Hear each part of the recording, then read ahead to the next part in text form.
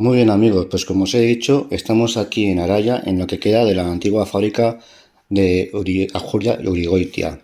Voy a intentar explicaros un poquito la historia de esta fábrica, porque la verdad que tiene bastante miga. Al principio del vídeo quería hablar solamente de una cosa, pero al final fui tirando del hilo y me ha salido una historia bastante interesante. Y bueno, me gustaría compartirla con vosotros. Y tanto tirar del hilo me ha traído hasta aquí. De todas formas, no me voy a enrollar demasiado con la historia de esta fábrica y voy a intentar resumir un par de los puntos más importantes de la historia. Así que bueno, vamos a empezar que esta fábrica en 1847 se constituyó como la fábrica de San Pedro de Araya. Aquí se fabricaban hierros y acero de todas las clases. Y en aquel momento la empresa pertenecía como a varios socios, a varios accionistas, y entre ellos tenemos a León Urigoitia. Esta persona es clave en la historia de esta fábrica. Digamos que la fábrica no iba demasiado bien, no era muy rentable, tenía suspensión de pagos y demás, hasta que bueno, León Urigoitia le vio potencial y fue comprando las acciones a los demás socios, hasta que en un momento dado se hizo con el control absoluto de la empresa. Mientras tanto iban haciendo algún tipo de obras para que fuera rentable. Y efectivamente dio en el clavo y la hizo ser una empresa muy rentable. León Urigoitia tuvo dos hijos, uno de ellos murió y quedó una hija. Y cuando la empresa estuvo siempre en sus manos, pero cuando murió se tuvieron que quedar la hija y su viuda a los mandos de la empresa. Pero en aquella época eh, lo de que unas mujeres llevaran este tipo de empresas y estas cosas, pues como que no. La hija estaba casada con Antonio Ajuria. La mujer de León Urigoitia se llamaba Tomasa Urniza y la hija se llamaba Emilia Ángela Urigoitia, que como he dicho estaba casada con Antonio Ajuria Serralde. Y dadas las circunstancias de la época, eh, Antonio y uno de sus hijos, Alfredo, fueron los encargados de llevar la empresa, la gerencia de la empresa, por decirlo de alguna manera. Alfredo tenía un hermano que se llamaba Carlos.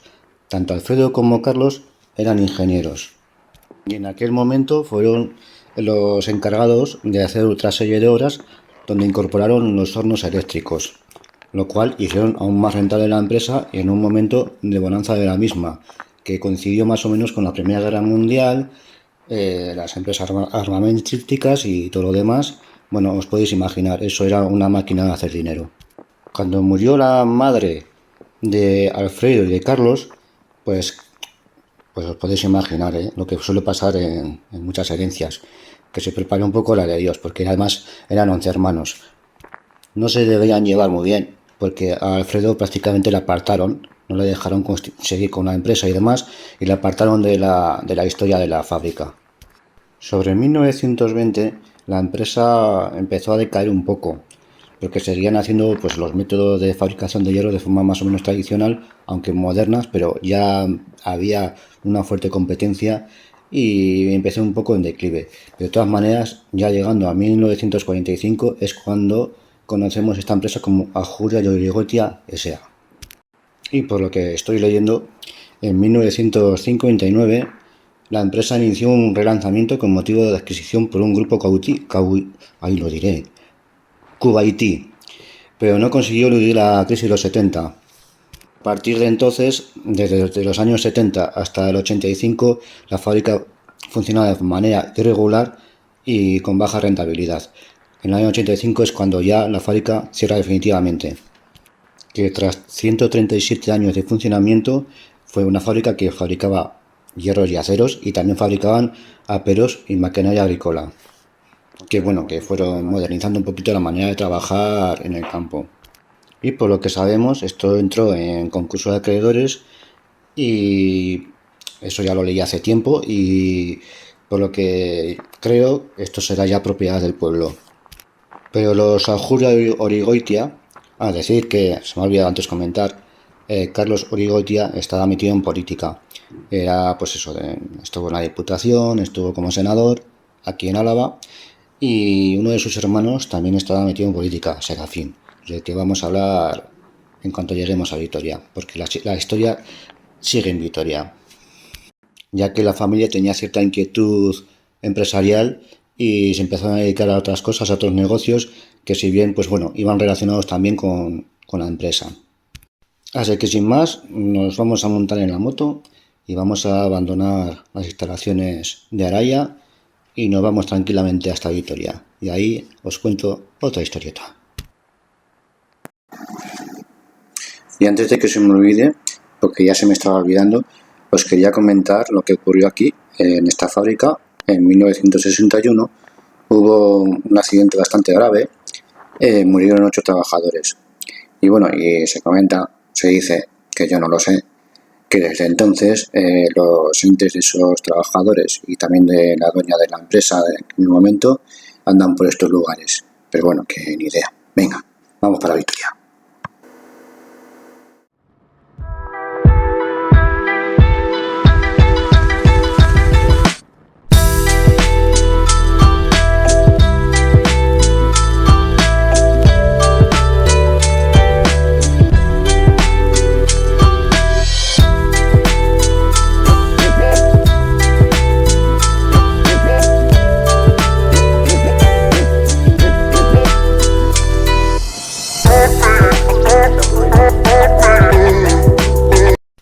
Bueno, como veis, ya estamos en Vitoria. Estamos por el barrio de San Martín, pero no siempre fue el barrio de San Martín. Aquí, donde estamos paseando ahora mismo, antiguamente había una fábrica bastante grande. Y os tengo que contar un poquito la historia. Aquí había una fábrica que se llamaba Metalúrgicas Alavesas, que era bastante grande, pero esa fábrica no resultó, dio un resultado fallido. Pero fue entonces cuando la empresa quebró, hubo una persona, Aranzábal, segundo Aranzábal, que compró la empresa, junto con Serafín Ajuria, del que hemos hablado anteriormente en Araya. Como hemos dicho antes, el hermano de Serafín estaba metido en política, pero Serafín también estaba metido en política. Aparte de llevar la empresa, también estaba metido un poquito en política, que eso bueno, le llevó a ocupar cargos importantes durante la dictadura de Primo de Rivera. Pero lo que nos centra aquí en el lugar, ¿qué es lo que se fabricaba aquí? Aquí se fabricaba maquinaria agrícola. Se empezó a empezar a fabricar una maquinaria que hasta entonces era bastante moderna y vamos, eran casi obras de ingeniería. Mira, os voy a poner un vídeo de cómo funcionaban las trilladoras, por ejemplo, y algunas fotos para que vayáis viendo. Si sois de pueblo, seguramente que lo habéis visto en los pueblos, sobre todo en los pueblos de Castilla, donde se sembraba mucho cereal. Y bueno, la trilladora, por ejemplo, era una máquina que era capaz de quitar el grano de la paja y todo esto, y era una máquina muy interesante. Mira, os puedo poner el vídeo y lo veis.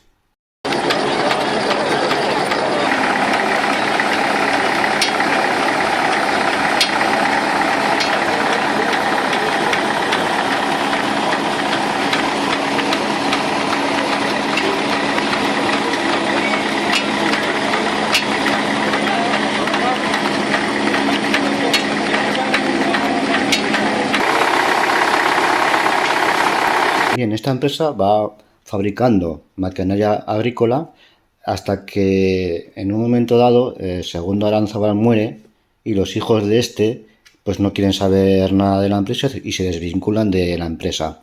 Y es entonces cuando la empresa se llama a pasar a llamarse Ajuria S.A. Fue una empresa muy importante aquí en Vitoria, llegaron a trabajar hasta 1000 trabajadores en 1954. Era pues eso, una empresa muy importante. Como dato curioso, esta empresa se nutría de los hierros y metales que fabricaban en Araya.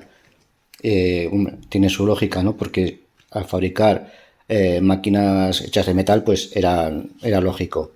Y ya a mediados de los 70, o a cerca último de los 70, esta empresa fue un poco ya en declive, porque fue apareciendo ya nueva maquinaria agrícola más eficiente, más moderna.